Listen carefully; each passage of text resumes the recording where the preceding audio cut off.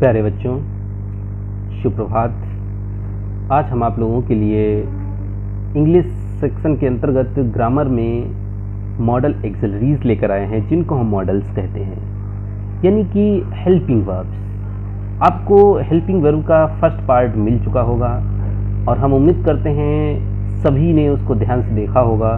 First part जो primary auxiliaries के अंतर्गत वर्ब वी, डू और हैव का जिक्र किया गया, उसको पढ़ाया गया, समझाया गया, वो समझ में आया भी होगा।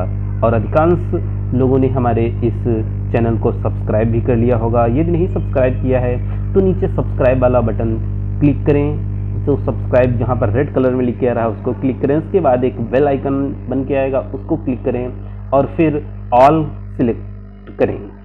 और सभी लोग यदि वीडियो पसंद करते हैं तो उसको लाइक अवश्य करें और अपने अन्य मित्रों में इसको शेयर भी करें। अब उसी का देखते हैं सेकेंड पार्ट, यानी कि मॉडल्स एक्सिलरीज, जिनको हम खाली मॉडल्स कहते हैं। ये भी हेल्पिंग वर्ब्स होती हैं। अब ये कैसी हेल्पिंग वर्ब्स होती हैं उसके बारे में हम देखते हैं।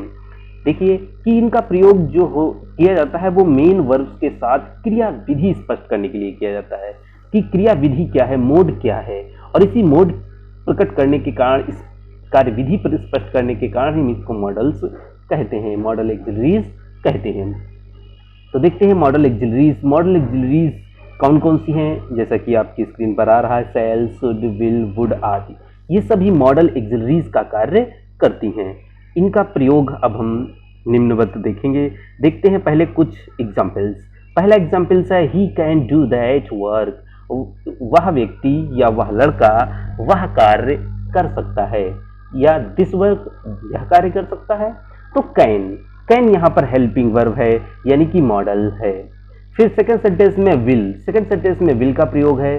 थर्ड सेंटेंस में मे आई कम इन, मे आई कम इन, क्या मैं अंदर आ सकता हूं। फोर्थ में है ही used to sleep in the class, वह क्लास में सोया करता था, यूज्ड टू। फिफ्थ में है Raju must go there, must. Sixth में है I need not go there, मुझे वहां जाने की जरूरत नहीं है, नीड। तो इस तरीके से can, will, may, used to, must, need, these are all the auxiliaries, second type auxiliaries, models. And now come to the next, one by one I will teach, I will read shall and should in the beginning. सबसे पहले shall और should को देखते हैं कि shall और should में क्या है। देखते हैं shall और should के बारे में। देखिए हम सबको मालूम है shall का प्रयोग फ्यूचर टेंसेस में किया जाता है। फ्यूचर टेंस में जो हिंदी अर्थ निकलता है गा, गी, गे के लिए प्रयोग करते हैं, और शैल का ही पास्ट टेंस होता है, पास्ट फॉर्म होती है शुड। तो इस चीज को ध्यान रखें, शैल का पास्ट टेंस शुड होता है। सामान्यतः शैल का प्रयोग हम फ्यूचर टेंस में आई और वी सब्जेक्ट के साथ करते हैं, आई और वी सब्जेक्ट के साथ करते हैं। किंतु जब दृढ़ निश्चय की बात हो, अनिवार्यता की बात हो, अनिवार्यता प्रकट करनी है, तो हम ही, सी, इट, दे तथा अन्य नाउन्स के साथ भी शैल का प्रयोग कर सकते हैं। देखिए सामान्य सेंटेंसेस में देखिए, आई शैल गो टू दिल्ली, मैं दिल्ली जाऊंगा। We shall learn our lesson, हम अपना पाठ याद करेंगे। ये सामान्य सेंटेंसेस हैं। इसके अतिरिक्त नेक्स्ट सेंटेंसेस देखिए, shall we go for walk, क्या हम टहलने के लिए चलेंगे। तो ये क्या है, हम ऐसे इस प्रकार के वाक्यों का प्रयोग तब करते हैं जब हम ऑफर कर रहे हैं एक पोलाइट सजेशन, एक विनम्रतापूर्ण सुझाव दे रहे हो। और कब, जब हमें उत्तर हाँ में मिलने की उम्मीद हो, पूरी उम्मीद हो कि उत्तर हाँ में मिलेगा, sure of a positive answer. फिर हम शुड का भी प्रयोग कर सकते हैं। देखिए should I call A doctor, क्या मुझे एक डॉक्टर को बुलाना चाहिए, क्या हम एक डॉक्टर को बुलाएंगे। टू ऑफर यहाँ पर भी पोलाइट सजेशन है, कब, when you are not sure of a positive answer. लेकिन जब श्योर न हो डॉक्टर बुलाने के लिए, तब हमने इसका प्रयोग किया। कहने का मतलब जब हमें पॉजिटिव आंसर मिलने की उम्मीद कम हो, तब हम इस रूप में शुड का प्रयोग कर सकते हैं। फिर देखिए सी के साथ शैल, यानी कि she shall do this work, वह यह कार्य करेगी, यानी कि डिटर्मिनेशन है, अवश्य करेगी। और जब अवश्य का प्रयोग हो, यानी कि अनिवार्यता हो या दृढ़ता प्रकट हो रही हो, दृढ़ निश्चय प्रकट हो रहा हो, तब हम आई और वी को छोड़कर बाकी सभी सब्जेक्ट के साथ शैल का प्रयोग कर सकते हैं। फिर देखिए Raju told me that I should help him, Raju ने मुझे बताया कि मैं उसकी सहायता करूंगा। यानी कि शुड का प्रयोग यहाँ पर शैल के पास्ट टेंस के रूप में है। इनडायरेक्ट सेंटेंसेस में अक्सर ऐसा किया जाता है। तो हम उम्मीद करते हैं शैल शुड के बारे में अच्छे से समझ में आया होगा। अब इसके बाद देखते हैं विल और वुड के बारे में। देखिए, विल और वुड, विल का प्रयोग भी फ्यूचर टेंस में किया जाता है। फ्यूचर टेंस में आई वी के अतिरिक्त, यानी कि आई वी को छोड़कर जितने भी शेष सब्जेक्ट्स बचते हैं उन सभी के साथ, जैसे ही, सी, इट, दे, यू या अन्य नाउन, सभी के साथ हम विल का प्रयोग करते हैं और विल का पास्ट टेंस होता है वुड। लेकिन यदि दृढ़ निश्चय हो, अनिवार्यता प्रकट करनी हो, तो हम आई वी के साथ विल का प्रयोग करते हैं, बाकी सभी के साथ शैल, जैसा कि पीछे पॉइंट में बताया जा चुका है। सेंटेंस देखते हैं। सी विल गो देयर, सिंपल है, सामान्य है, वह वहां जाएगी। My sister will cook the food today, मेरी बहन आज खाना पकाएगी, सामान्य सेंटेंस है, तो कोई दिक्कत नहीं। आई वी को छोड़कर जो सब्जेक्ट्स हैं सी और माई सिस्टर, विल का प्रयोग। नेक्स्ट सेंटेंस में आई के साथ देखिए विल कब डिटर्मिनेशन प्रकट कर रहा है। आई विल हेल्प यू, मैं तुम्हारी सहायता करूंगा, अवश्य करूंगा, तो डिटर्मिनेशन है, इसलिए यहाँ पर विल का प्रयोग आई के साथ। नेक्स्ट सेंटेंस में वी के साथ विल का प्रयोग। We will come tomorrow, sure है, श्योरिटी है, आने के लिए दृढ़ प्रतिज्ञा है, डिटर्मिनेशन है, हम कल अवश्य आएंगे, तो हम आई और वी के साथ विल का प्रयोग कर सकते हैं। फिर देखिए polite request, will you please help me lift this box, क्या आप मेरी यह बॉक्स उठाने में मदद करेंगे। जब पोलाइटली रिक्वेस्ट करनी हो तब हम विल का प्रयोग इस रूप में करते हैं। फिर क्या है इनडायरेक्ट सेंटेंसेस में देखिए, we know said that she would pass, यहाँ पर वुड जो है विल का पास्ट फॉर्म के रूप में है। इनडायरेक्टली जब सेंटेंस बनाते हैं तो विल को हम वुड में चेंज कर लेते हैं, ध्यान रखें। फिर नेक्स्ट सेंटेंस है व्हेन आई वाज चाइल्ड, जब मैं बालक था या बच्चा था। I would spend hours playing cards, I would spend, would के साथ फर्स्ट फॉर्म आई है। वुड यहाँ पर ऐसे रूप में प्रयोग किया जा रहा है जब ये हैबिट बताता है। जब मैं बच्चा था तब मैं घंटों ताश खेला करता था, ध्यान रखें, हैबिट इन पास्ट टेंस। और जब पास्ट टेंस में हैबिट प्रकट करनी हो तब हम वुड का प्रयोग करते हैं, और हैबिट पास्ट टेंस में हो तो हम वुड के बजाय हम यूज्ड टू का भी प्रयोग कर सकते हैं। आगे इसका एग्जाम्पल देखेंगे, ठीक है। फिर देखते हैं नेक्स्ट सेंटेंस, देखो, would you please save me a seat at the dinner event, क्या आप मेरी डिनर इवेंट के समय यानी कि डिनर के टाइम मेरे लिए एक सीट बचा कर रखेंगे। यहाँ पर भी पोलाइट रिक्वेस्ट, हम रिक्वेस्ट कर रहे हैं, पूरी तरीके से पोलाइटली रिक्वेस्ट कर रहे हैं, would you please save me, क्या मेरे लिए सीट बचा लेंगे। तो ध्यान रखें, जब हम पोलाइटली रिक्वेस्ट करते हैं तब हम वुड का प्रयोग कर सकते हैं। तो इसके बाद बात आती है कैन और कुड की। कैन और कुड, कैन और कुड, इसके अतिरिक्त मे और माइट, ये दोनों लगभग एक ही अर्थ में प्रयोग होते हैं, लेकिन फिर भी इनमें डिफरेंस है। देखते हैं, कैन का अर्थ होता है सकना और ये कुड इसी का पास्ट फॉर्म है। देखते हैं, I can solve a problem, मैं आपकी सहायता, आपकी प्रॉब्लम यानी कि समस्या सॉल्व कर सकता हूँ। तो यहाँ पर क्या है, एबिलिटी, योग्यता, यानी कि जब योग्यता प्रकट करनी हो तब हम कैन का प्रयोग करते हैं। सेकेंड सेंटेंस में सी कैन लिफ्ट द बॉक्स, वह बॉक्स उठा सकती है। यहाँ पर क्या है, कैपेबिलिटी, सामर्थ्यता, यहाँ पर क्षमता, ताकत, सी कैन लिफ्ट द बॉक्स, वो बॉक्स उठा सकती है। तो यहाँ पर कैपेबिलिटी है, क्षमता है, और जब क्षमता प्रकट करनी हो तब भी हम कैन का प्रयोग करते हैं सभी सब्जेक्ट के साथ, चाहे सिंगुलर हो या प्लूरल हो। फिर गिव परमिशन, यानी कि आज्ञा देने में, यू कैन कम इन, तुम अंदर आ सकते हो। जब हमें परमिशन देनी हो तब हम कैन का प्रयोग करते हैं। राजू कुड रन फास्ट, अगला सब्जेक्ट। एबिलिटी इन पास्ट, जब भूतकाल की कोई योग्यता दिखानी हो, एबिलिटी दिखानी हो तब, या कैपेबिलिटी दिखानी हो तब भी हम कुड का प्रयोग कर सकते हैं। फिर नेक्स्ट है could I have your number, क्या मैं आपका नंबर ले सकता हूँ, मतलब क्या आप मुझे नंबर अपना देंगे। तो ये पोलाइटली जब रिक्वेस्ट कर रहे हो तब हम कुड का प्रयोग कर सकते हैं। फिर क्या है, ask permission, can you lend me $2, क्या आप मुझे $2 उधार दे सकते हैं। Can you lend me, lend means उधार देना। तो इस तरीके से हम जब परमिशन मांगते हैं तब भी हम कैन का प्रयोग कर सकते हैं। फिर क्या है, यू कैन बारो माई कार, इनफॉर्मल है, सामान्य सेंटेंस, तुम मेरी कार ले सकते हो। सामान्य रूप से जब कोई बात करनी हो तब हम कैन का प्रयोग कर सकते हैं। फिर एक सेंटेंस और देखते हैं, you should take the tour, तुम्हें, you could take the tour of the Taj Mahal tomorrow, तुम कल ताजमहल की यात्रा कर सकते हो। क्या है, ये सलाह है, जब हम किसी को सजेशन दे रहे हो तब हम कुड का प्रयोग कर सकते हैं फ्यूचर के भाव में, प्रेजेंट। तो ध्यान रखें, कुड टेक द टूर, तुम यात्रा कर सकते हो, ऐसे रूप में हम कैन और कुड का प्रयोग कर सकते हैं। और सेम यही चीज है मे और माइट के बारे में, लेकिन कुछ अंतर हैं, उनको हम ध्यान रखते हैं। अर्थ एक ही निकलेगा लेकिन भाव में परिवर्तन है। देखते हैं मे एंड माइट। मालूम है हमें मे का पास्ट टेंस माइट होता है और मे का प्रयोग आज्ञा मांगने और संभावना प्रकट करने में किया जाता है और प्रेजेंट टेंस में किया जाता है, जबकि पास्ट टेंस में माइट का प्रयोग करते हैं। देखते हैं सेंटेंस, मे आई कम इन, क्या मैं अंदर आ सकता हूँ। पोलाइटली रिक्वेस्ट, मे आई कम इन, क्या मैं अंदर आ सकता हूँ।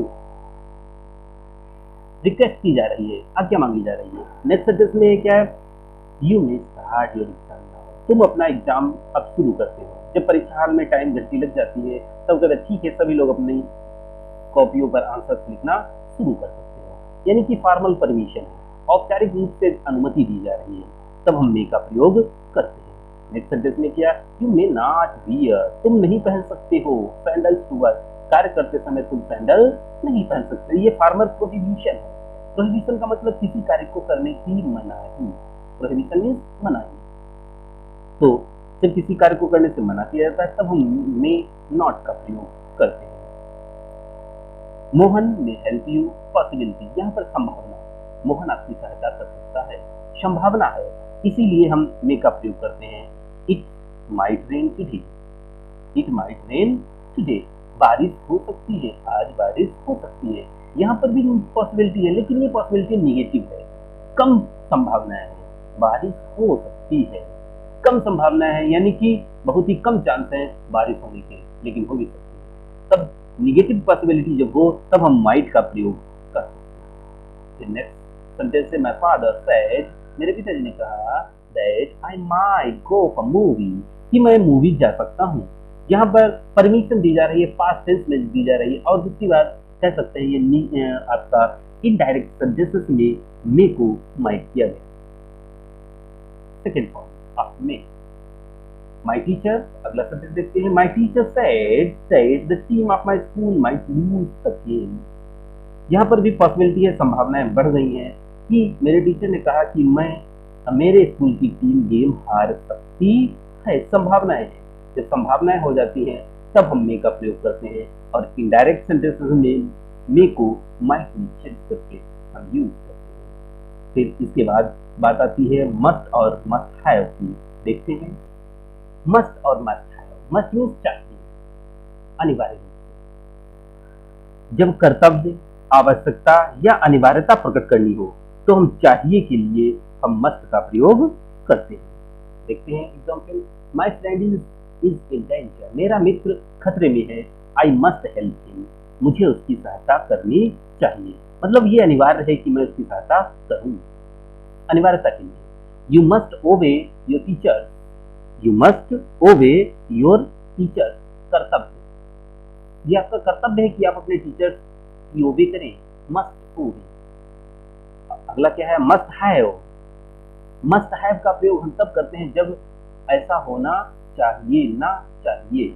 यू मस्ट हैव, तुम्हें रखना चाहिए passport to cross the border, border cross करने के लिए आपके पास पासपोर्ट होना चाहिए, ना चाहिए, मस्ट हैव, इसका प्रयोग हम करते हैं। फिर है सेंटेंस अगला ought to. Ought to modal के लिए हम देखते हैं मोरलिटी, नैतिकता। जब नैतिक ज्ञान, नैतिक शिक्षा की बात होती है तब हम ऑट टू का प्रयोग चाहिए ही करते हैं। तो you ought to obey your teacher, ये आपकी नैतिक ज्ञान है, आपका नैतिक शिक्षा है कि आपको अपने टीचर की आज्ञा माननी चाहिए। ऑट टू के साथ फर्स्ट। नेक्स्ट सेंटेंस है यूज टू। नेक्स्ट मॉडल है यूज टू। यूज टू का प्रयोग हम habit in past, habit in past के लिए करते हैं। जब भूतकाल में हमें कोई आदत किसी व्यक्ति की दिखानी हो उसके लिए हम कार्य करते हैं, यूज करते हैं यूज टू का। He use to sleep in class, वह कक्षा में सोया करता था, करता था, ऐसा किया करता था, वैसा किया करता था।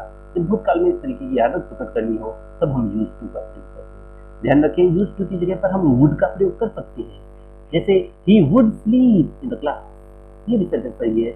यूज्ड टू के साथ हम स्लीप करेंगे, लेकिन यूज के साथ टू लगाएंगे, लेकिन वुड के साथ टू नहीं लगाएंगे। यूज टू स्लीप या वुड स्लीप, तो इस तरीके से आप यूज टू का भी प्रयोग कर सकते हैं। फिर बात आती है नीड और डेयर की। नीड और डेयर की, हालांकि इन दोनों सहायक क्रियाओं को हम कम प्रयोग करते हैं, लेकिन फिर भी महत्वपूर्ण है। देखते हैं नीड और डेयर। देखिए ये जो टू वर्ब्स है, the two verbs dare and need have characteristics of both modal verbs and main verbs. ये दोनों तरीके की वर्ब होती हैं, नीड और डेयर। ये मॉडल वर्ब का भी कार्य करती हैं और हेल्पिंग वर्ब यानी कि मॉडल्स और मेन वर्ब दोनों का कार्य करती हैं, और इसी कारण हम इनको कहते हैं semi modals. They are called semi modals. ध्यान रखिए। एग्जाम्पल देखते हैं, नीड आई से मोर, क्या मुझे और कुछ कहने की जरूरत है। यहां पर यह हेल्पिंग वर्ब के रूप में है नीड। नीड आई से मोर, क्या मुझे कुछ कहने की जरूरत है। नेक्स्ट है dare I ask how the project going, क्या मैं ये कहने की हिम्मत कर सकता हूं कि प्रोजेक्ट कैसा चल रहा है, कार्य कैसा चल रहा है। डेयर हेल्पिंग वर्ब का प्रयोग। You need not come, need not come helping verb. You need not come, तुम्हें आने की जरूरत नहीं है इफ यू आर बिजी, यदि तुम बिजी हो। I dare not tell him the truth, मैं उसको सच बताने की हिम्मत नहीं कर सकता। डेयर नॉट टेल, ध्यान रखिए। नेक्स्ट सेंटेंस है you need not worry, need not worry, तुम्हें चिंतित होने की जरूरत नहीं है। अबाउट मी, मेरे बारे में, तुम्हें मेरे बारे में चिंता करने की कोई जरूरत नहीं है। नेक्स्ट सेंटेंस नीड महेश गो, क्या महेश को जाने की जरूरत है टू डॉक्टर एवरीडे, डॉक्टर के पास रोज, क्या महेश को रोज डॉक्टर के पास जाने की जरूरत है। देखिए नीड डेयर दोनों जब बिगिनिंग में आते हैं, शुरुआत में आते हैं, तो ये हेल्पिंग वर्ब का प्रयोग करते हैं और क्वेश्चन बनाते हैं। और ये भी ध्यान रखें, ये हेल्पिंग वर्ब्स मेनली क्वेश्चन और इंट्रोगेशन ही बनाते हैं, इंट्रोगेशन और निगेशन ही प्रकट करते हैं। कहने का मतलब इन दोनों हेल्पिंग वर्ब्स, इन दोनों वर्ब्स को हम जब मॉडल्स के रूप में प्रयोग कर रहे हैं तो निगेटिव सेंटेंस बनाएंगे या फिर इंट्रोगेटिव सेंटेंस बनाएंगे। आप देखिए you dare not jump from this building, तुम इस बिल्डिंग से कूदने की हिम्मत नहीं कर सकते हो। डेयर नॉट जंप, तो ये हेल्पिंग वर्ब के रूप में यहां पर कार्य कर रही है। आगे देखते हैं the modal uses of these the past form needed is not use as a modal. इसकी पास्ट फॉर्म नीडेड या डेयर्ड होती है, लेकिन हम इनको कभी भी मॉडल के रूप में इस्तेमाल नहीं